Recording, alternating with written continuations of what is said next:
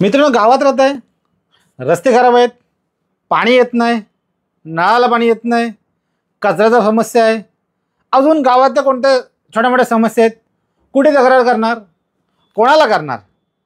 तक्रारदार आपण आहोत, पण तक्रार कोणाला करणार? स्थानिक प्रतिनिधी कोण आहे? तर मित्रांनो, ऐका आजच्या या व्हिडिओमध्ये. तर मित्रांनो नमस्कार, मी सत्यजित भोनकर आपल्या सगळ्यांचं स्वागत करतो सत्यजित भोनकर ऑफिशियल आपल्या या यूट्यूब चॅनलमध्ये. मित्रांनो, आत्ताच आपण सगळीकडे जे वाजत गाजते आपण सगळे बघतो. आता एक निवडणूक येते, ती म्हणजे स्थानिक स्वराज्य संस्था. मित्रांनो, स्थानिक स्वराज्य संस्था म्हणजे काय ते आपण बघणारच आजच्या व्हिडिओ. की शॉर्ट व्हिडिओमध्ये याच्यावर बऱ्याचशा व्हिडिओ बनवण्यासारखे, परंतु एवढ्या मोठ्या व्हिडिओ बनवण्यापेक्षा आपण शॉर्ट टॉपिक घेऊन व्हिडिओ बनवतोय. त्यातली पहिली व्हिडिओ आज आहे की स्थानिक स्वराज्य संस्था म्हणजे काय.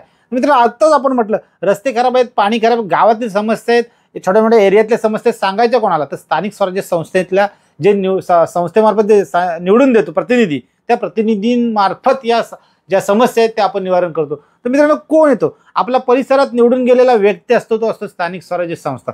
मग त्याच्यामध्ये येतो कोण?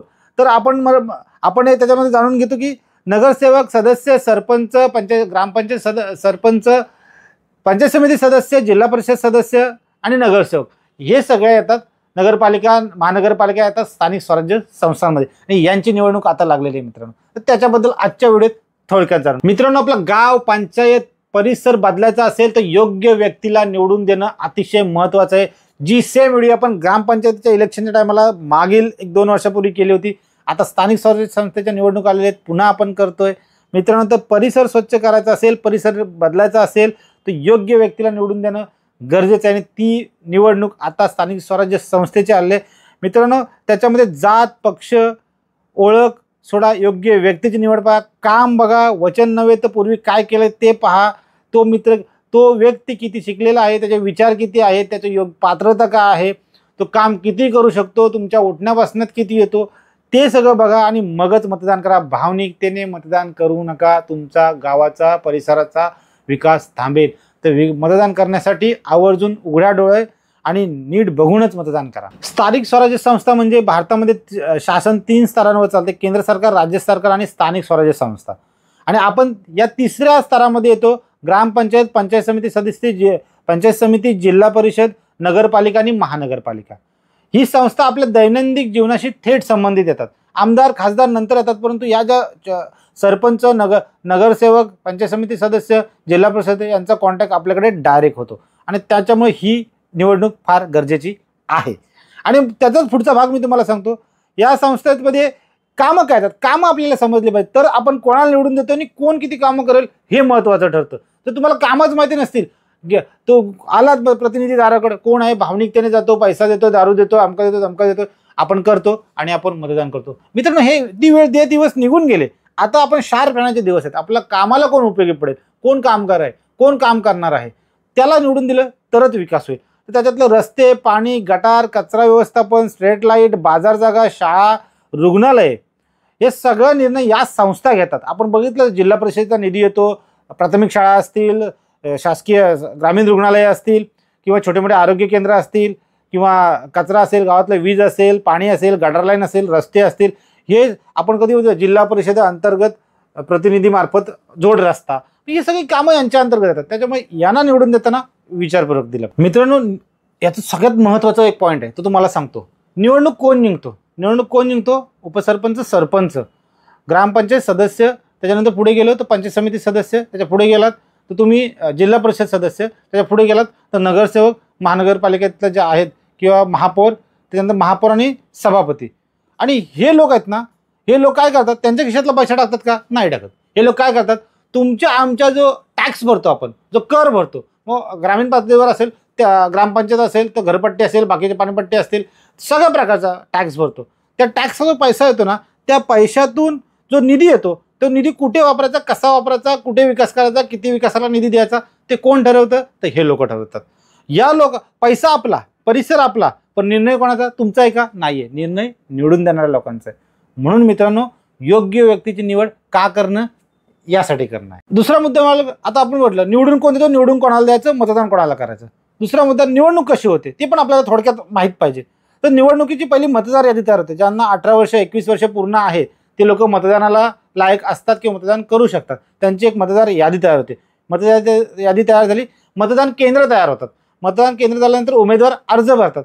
उमेदवार अर्ज भरल्यानंतर ते लोक प्रचार करतात. प्रचार करण्यावेळी आपल्या दाराकडे येतात. तो आपला अधिकार आहे, गमावू नका. कसं त्यांना मतदान करायचं. त्याच्यानंतर मग लोक ज्याला जास्त मतदान भेटतात तो निवडून येतो. साधा नियम आहे. मतदान आपले आणि निर्णय त्यांचा. त्याच्यामुळे याच्यावर बारकाईने विचार केला पाहिजे. मित्रांनो, बरेच वेळा असं म्हटलं जातं किंवा असं बरेच लोक बोलतात. तुम्ही स्वतःच्या शेजारी पाजारी बघा, घरामध्ये बघा, सगळीकडे काय फरक पडतंय मतदान नाही केलं तर?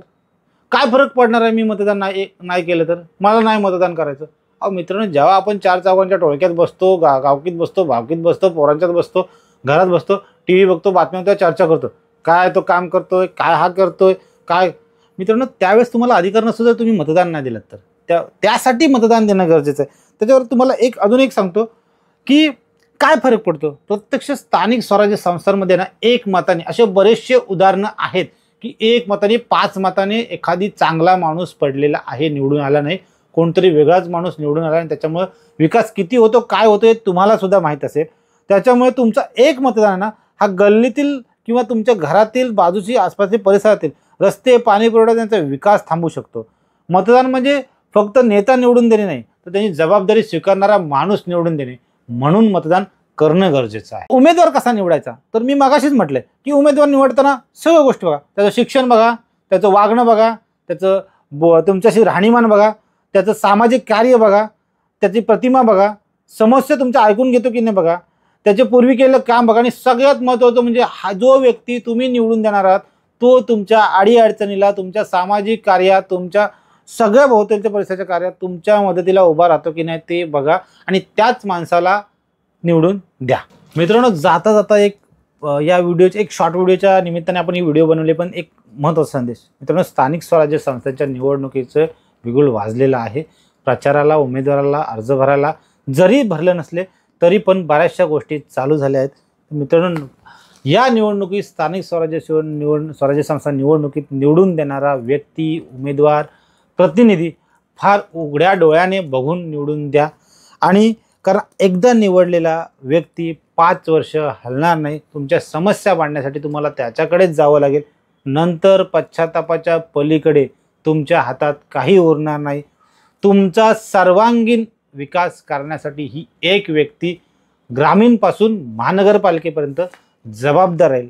हात जोडून कळकळीची विनंती मित्रांनो.